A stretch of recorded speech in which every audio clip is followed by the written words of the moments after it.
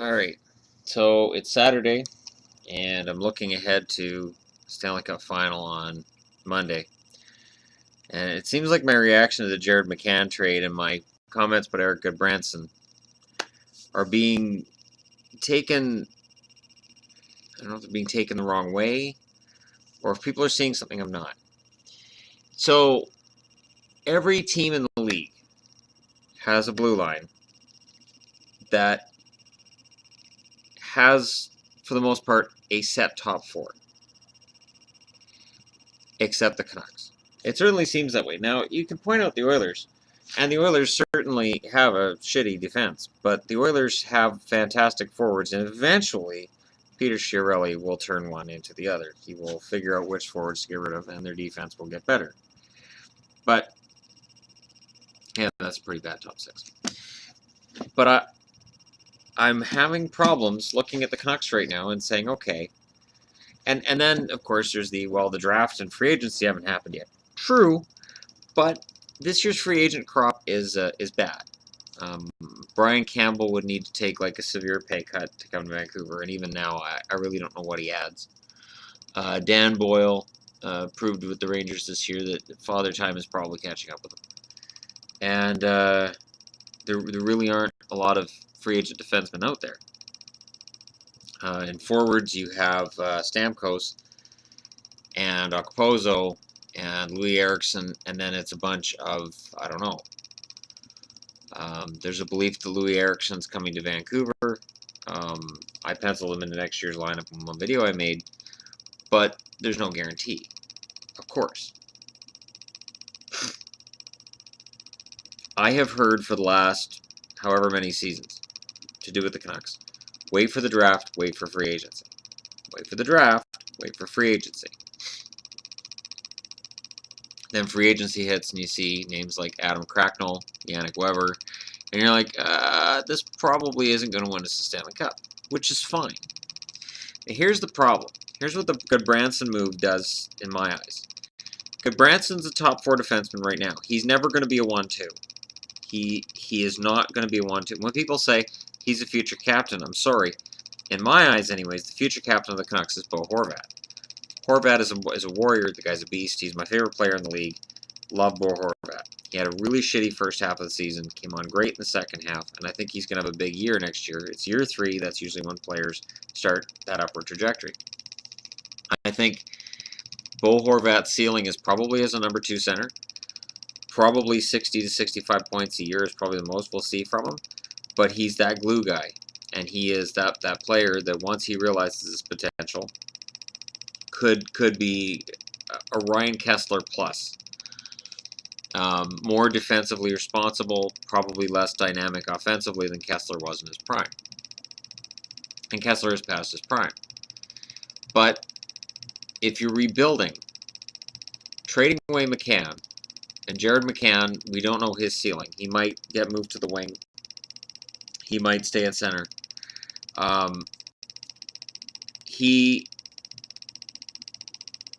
might be in that same range of 55, 60 points a season. And I'm talking about at their peak.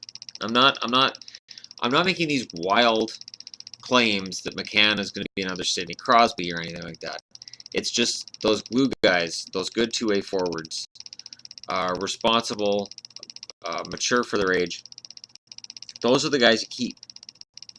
If you're rebuilding, those are the kids you want in your lineup. And if the Canucks are truly rebuilding, you keep those kids. The problem is this. The Goodbranson deal, the guys he's been signing as free agents, whether it's Stetcher or Philip Larson, these all point to Jim Benning still thinks the team can get to the playoffs. Jim Benning still thinks, if not for injuries, the Canucks make the playoffs. And I don't think they do. I think the Canucks' 28th place finish was honestly about as good as they were going to get. If Sutter doesn't get injured and other players don't get injured, you're probably looking at them at probably 20th at the best, I would think. And that's where it gets curious to me. It's like last year he trades for Brandon Sutter, and I like Brandon Sutter. I like players named Sutter. I like guys who work hard. and he trades Bonino, who we got the year before, for Kessler. We only had one chance to look at Bonino, and then he was gone. He had a good first half, kind of a crappy second half, and again, it's a player that in Pittsburgh is showing with the right line mates and with the right system, he can flourish. And Sutter played 20 games altogether this season. He was injured twice. And a new contract kicks in for him this summer that pays him $4.5 million a year for the next 4 years. That contract should not have been signed last summer when Benning traded for him. I want to say Gillis, because this is a Gillis move.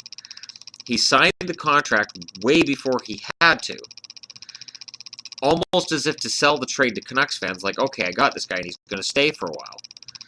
But you can't tell me that if Brandon Sutter was an unrestricted free agent in a month, based on the season he just had, that he's going to make $4.5 million for 4 years. He's not. It is a contract that costs the Canucks cap space, which is the most valuable thing to have. It's going to give Brandon Sutter money that I don't like. Even when he was traded for, Brandon Sutter said he had a conversation with Benning, and Benning said he envisioned him as a second-line center. And I heard that, and I went, no. Brandon Sutter is the perfect third-line center. He's a face-off guy, glue guy, energy guy. He is not ideally fit as a second-line center. Because your second-line center, and I'm thinking Ryan Kessler here, should be able to move into the first line and play those minutes, and you don't see a huge drop in production. Brandon Sutter, as hard as he works, his ceiling is 20 goals. Reminds me of Jordan Staal. Everybody said, Jordan Staal's left Pittsburgh, he's going to Carolina, he's going to explode, he's going to score all kinds of points, and he didn't. Actually, his production became a little more sparse, and it turned out that with more ice time, he struggled. And it almost seemed to hurt Eric Stahl's career, having his brother there. So this vision they had that they were all going to play together and Mark was going to sign as a free agent when he was done in New York, it never came to fruition. And now Eric Stahl's a free agent on the first. He could go back to Carolina. That certainly would be a good fit for him. But something tells me he's going to end up somewhere else, on a cheap deal trying to prove himself. The Canucks' biggest problem is not addressed with the Goodbranson deal. In fact, it's hurt by the Goodbranson deal. They need goals. In terms of points from the blue line, they were 28th in the NHL last year, or 29th in the NHL last year. I think the only team that had fewer points from the blue line, I'm thinking it's Edmonton. Is Edmonton or Buffalo? I know it was one of the other teams that's lower down in the standings. And when you don't generate points from the blue line, and your forwards don't generate points, in the offseason, you should be looking to augment your offense. Now, as bad as their defense is, and you have Edler, who honestly at this point in his career, Alex Edler is the perfect number 3 defenseman. Goodbranson's a number 4. Triamkin's a number 5. Hutton, probably a number 4. So where I'm going with this, there is nobody on the current roster of the Canucks who's a number 1 or 2 defenseman. And I don't care what they get at the draft, and I don't care what they get in free agency. There's no 1 or 2 defenseman that's going to be in the lineup come opening night in October, which is where $5 million for Goodbranson. Now, if Goodbranson did turn down $4.5 million a year for 4 years from Florida, meaning he wants at least $5 million a year for 4 years or more, that would tie up $9.5 million in your cap between Brandon Sutter and Eric Goodbranson. And you've already got $14 million in your cap going to the Sedins, who are diminishing returns at this point in their careers. We're up to $23 million for 4 players, and none of them address your need for scoring right now. The Sedins are best suited as second liners. At this point in their careers, the Sedins should be playing second line. Hansen is not a first line forward either. Hansen should be on the second line. So the Canucks don't have a first line. They don't have top 2 defensemen. Their starting goalie is Ryan Miller, who is still capable of sharing goaltending duties and playing very, very well with a 35 to 40 game load. Markstrom's the backup. Technically, he's starter B. Markstrom is capable of playing well for stretches, but he is still prone to bad stretches too. And those bad stretches, if he can't get them straightened out, will take him out of the league by the end of next year. My point is, when you make a trade to trade away a forward who has shown potential to score points, and that he may become a 55-60 point forward in his future, and to acquire a defenseman is fine. If you acquire Mike Matheson, if you acquire Kulikov from Florida, I'm all for that.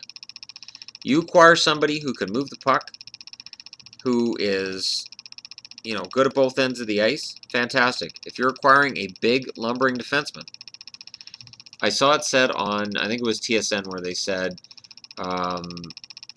no, actually it was a comment on TSN. Somebody said it's like the Canucks are trying to build a defense that you'd build in the 90s. And it's true. You need to play the all-around game. And while Goodbranson is still young,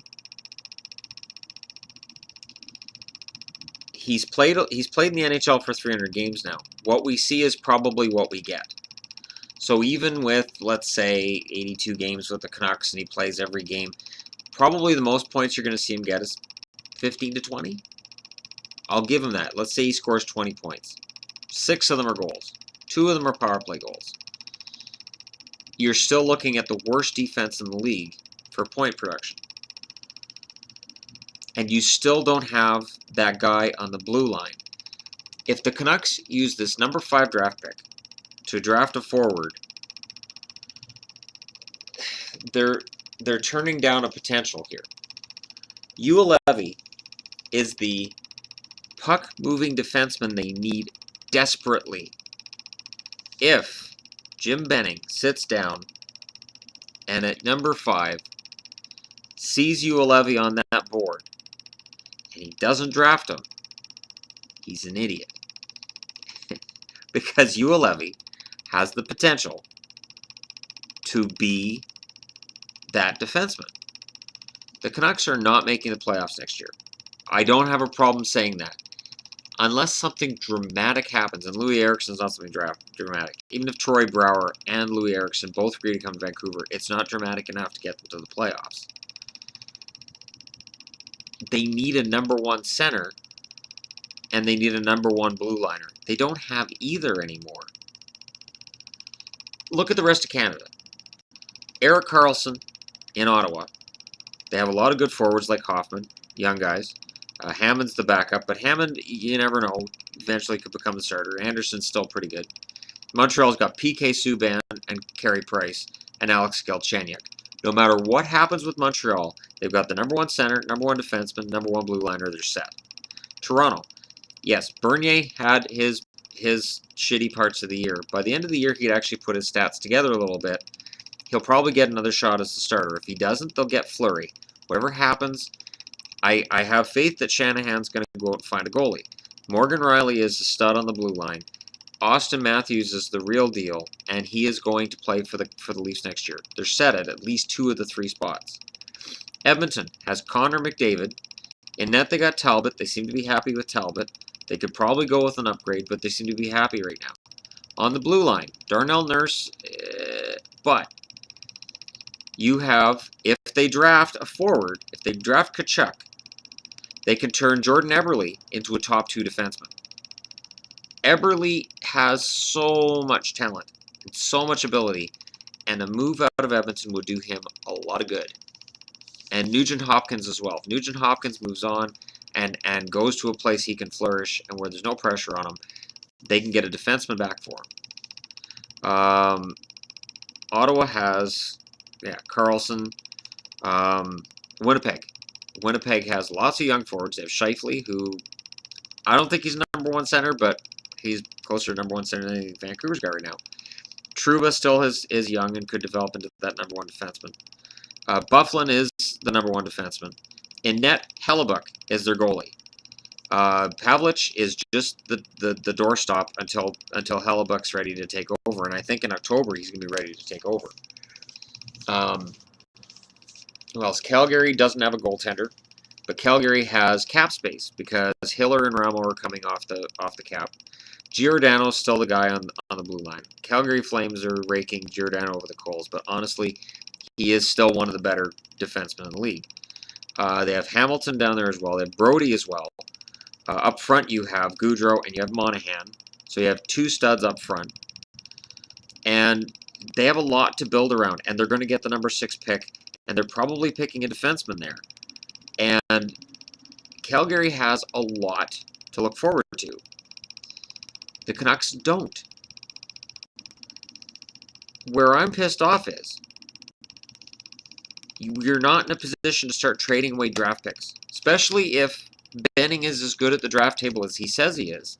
He can turn that number 33, well, as good as everybody else says he is. I don't think Benning's actually said, I'm pretty damn good at the draft table, but that's his reputation. That number 33 pick is essentially a first-round pick with Benning at the table. Because he can look and find the guy and go, okay, Johansson's the guy, or he'll pick somebody else.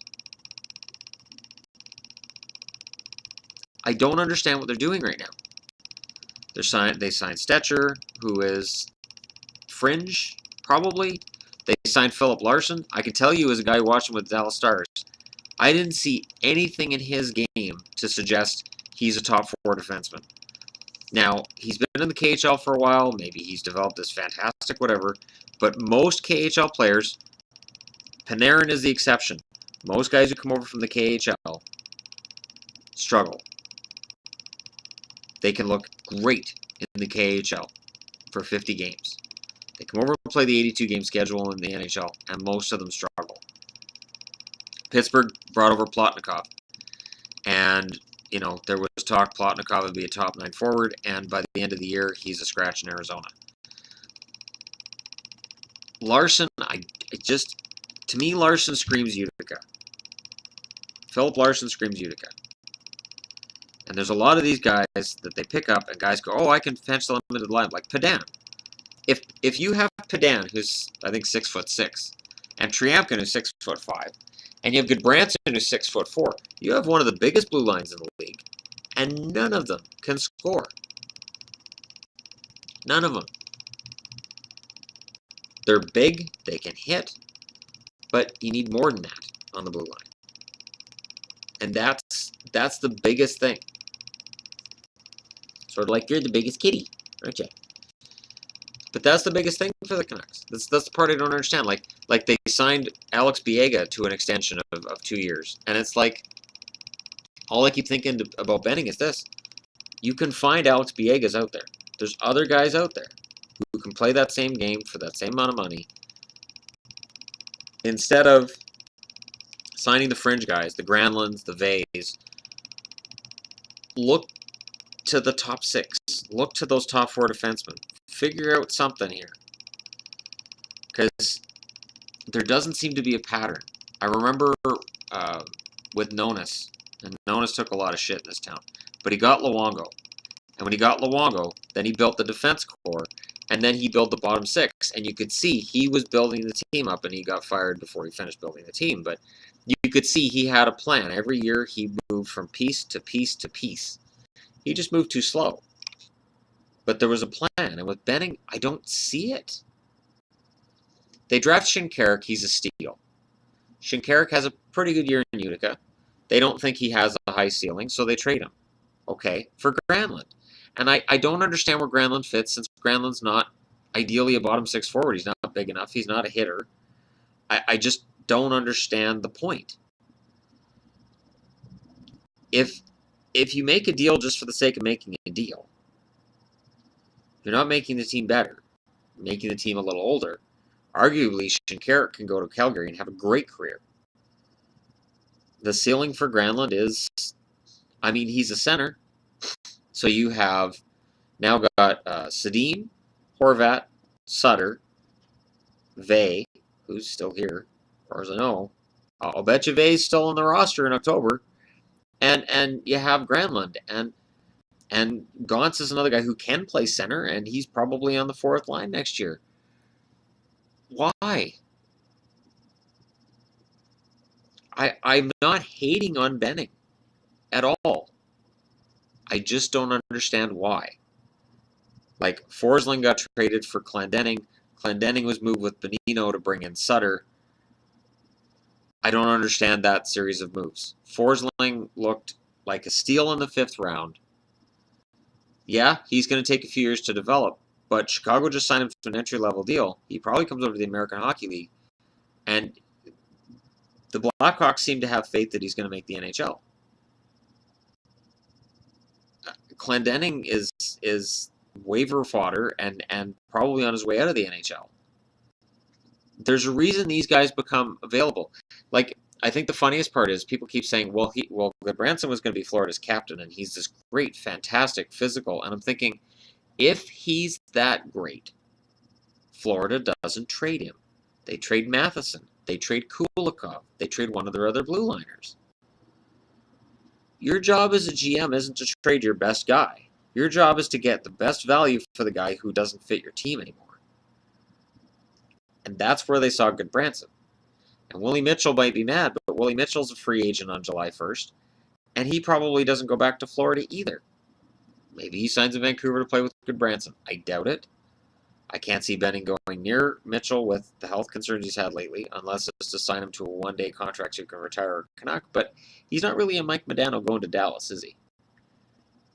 Or a Daniel Alfredson going to Ottawa. I love Mitchell. And I think the funniest thing is, it's almost like it's taken that I hate Benning or I hate Goodbranson. I don't. I don't understand the trade. I don't mind getting Goodbranson. I don't understand giving up McCann and two draft picks in a draft that is supposed to be pretty decent and pretty deep. Because you only mortgage the future when you envision your team as a contender. And Benning has said all along, this is a retool, not a rebuild. If the Canucks retool and they become the 18th or 17th rated team next year, and they're drafting 13th or 14th, while, I don't know, let's say Boston tanks and they get Nolan Patrick, how much happier Canucks fans are going to be to see that? I don't agree with tanking. I don't. You know, I look at the Oilers, I look at the Blue Jackets, I look at even Florida, and I say, you know what? You can tank, but it's really hard to pull out of it. It is really hard to turn a team around. But when your season's lost and when your roster looks as poor as the Canucks does right now, I haven't seen a Canucks roster this bad since '98. And that roster had Bure, McGillney, Messier. It's not about who's on the roster; it's about the makeup. It's frustrating to see moves being made that might prop the team up a little, but there's no end goal here. Unless Benning's goal is to make the Canucks better than the Oilers and potentially the Coyotes and just stay below the rest of the division, I really don't understand it. I don't get it. I think it is. Hopefully he proves me wrong at the draft. Hopefully he drafts Ulevy. If fixing the blue line is that important to him, you draft Ulevy, because Dubois, his stats, the things I've read online, there's a bust in every draft, and he looks of the Kyle Beach nature. In that he had pedestrian stats, and then all of a sudden this year he had a huge upswing, and he rose up the charts really quick, but he has a lot of penalty minutes, and he gets suspended, and he plays a loose cannon game, and all I hear in my head is Kyle Beach. And when the Canucks drafted Cody Hodgson, there were a lot of people who said, Kyle Beach is going to be the guy. He plays with that grit, and he's big, and he's tough. And he never played a game in the NHL. So, number 5 is a tricky pick. That's why I was so upset when the Canucks didn't get to pick in the top 3, because the top 3 are easy. Winnipeg is going to love Puljujarvi.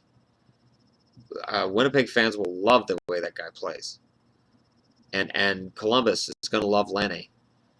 They won't even care about Austin Matthews when they see how Laine plays. And Matthews in Toronto is going to be lights out. As long as he can handle the pressure, and play under those hot lights every night with the media in his face all the time, he is going to be the best that they've had since Doug Gilmour retired. And the Canucks, it's rough. And there was a comment made in another video about Aquilini always pending to the cap. Yeah, when your team is one of the worst in the league, and yet it's still one of the most expensive, that's not good. That's bad. That's a sign that you're not managing your assets very well, or you're overvaluing your players. When your cap hit is high, but your team is one of the best in the league, it's fine. Chicago being one of those examples. They always spend to and technically above the cap. They manipulate the cap so the guys' salaries are actually much higher than the cap, but the cap hits are lower. Boston does it too. Although Boston started slashing their cap with guys like Lucic and Hamilton and whatnot being thrown out a while ago because they know they're not going to contend for a bit and they need to rebuild. But in Boston, you got a lot of young guys. You've got Krug. Rask is still technically pretty young as a goaltender. Thank you, Toronto. And Bergeron's not over yet. Krejci's not that old either. Like, Boston, I still have hope in them. And I still believe that one of the 3 draft picks from last year has to make the NHL. I'm not convinced in Senyshyn. I cannot believe they didn't draft Konechny or Barzal. I still don't get that. Zboril, who knows? And DeBrusk looks like the best and most likely to stick with the team soon.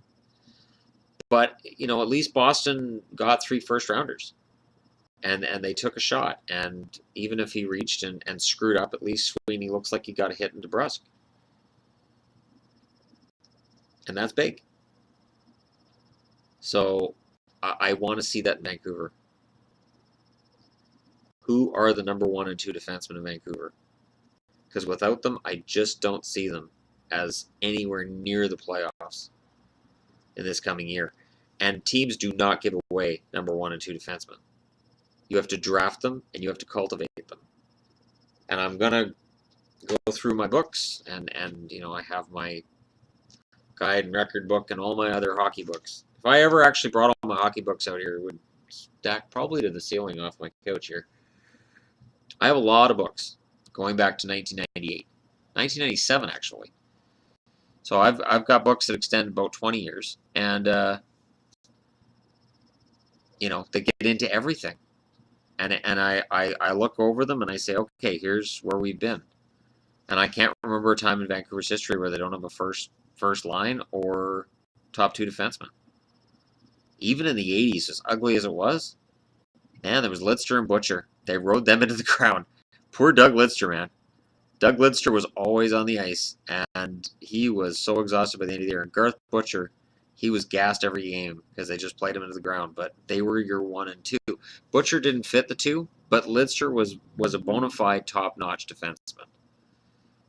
He was capable of putting up points. He was a horse out there. He could play at both ends of the ice. He was fantastic. But anyways, yeah, so that's just my view on where the Canucks are at, and I don't know where they're going. That's why I get frustrated at trades like this. Where do you go? Is Dubois a number 1 center? Are we sure? Because last year at this time, he wasn't even on anybody's radar. So I get nervous with those players because those players can be a flash in the pan. They can be, a few years ago, Tyler Benson, he was going to be this big star, and it didn't happen. And now he's projected as, I think, a 3rd rounder now. I think is where Tyler Benson's projected to go. Sean Day. Sean Day was going to be this big, top 5 draft pick. And then he had a bad year in junior, and now he's projected as late 3rd round. So, you know what you have with McCann. You can keep McCann. You can draft Levy, and I'm happy. And then in the 2nd round, you can draft Johansson. You can pick up 2 potential big defensemen for you. Levy, legitimately probably a number 2 defenseman in his prime. Johansson, who knows? He might be a 3 or 4. Now you're probably not drafting either of them. And if Benning drafts you a Levy, I'll be happy. If he drafts Chikrin, I won't be happy. Chikrin's been sliding on the charts, and he looks more like the physical side than the offensive side. They need puck movers. Or the goals they scored this year, which was I think they had the lowest goal total ever in Canucks history. Next year could make that seem like a goal barrage, because it could get a lot worse. All right, I'm done for today. I think I got all that out, and that's why I feel the way I do about the way things are right now in Vancouver, because I don't see the end game here. And I want to have faith in a GM, but when I see other players going elsewhere and doing well, while the guys we get back are, or they're injured, or it's a little frustrating. And when we're overpaying, and I don't just mean overpaying in trades, but I mean actually paying them more money than they're probably worth to keep them here, it seems a very Edmontonian thing to do. And it kind of scares me, because Edmonton's been overpaying guys for years, and they paid the price for it. It's a big part of the reason Edmonton's been down at the bottom for so long, is because they're overpaying guys. Because nobody wants to play in Edmonton. So I'm hoping that's not happening with Vancouver too. I'm hoping that Vancouver's not becoming a city nobody wants to play in. Because if that happens, it could take a long time to turn that around.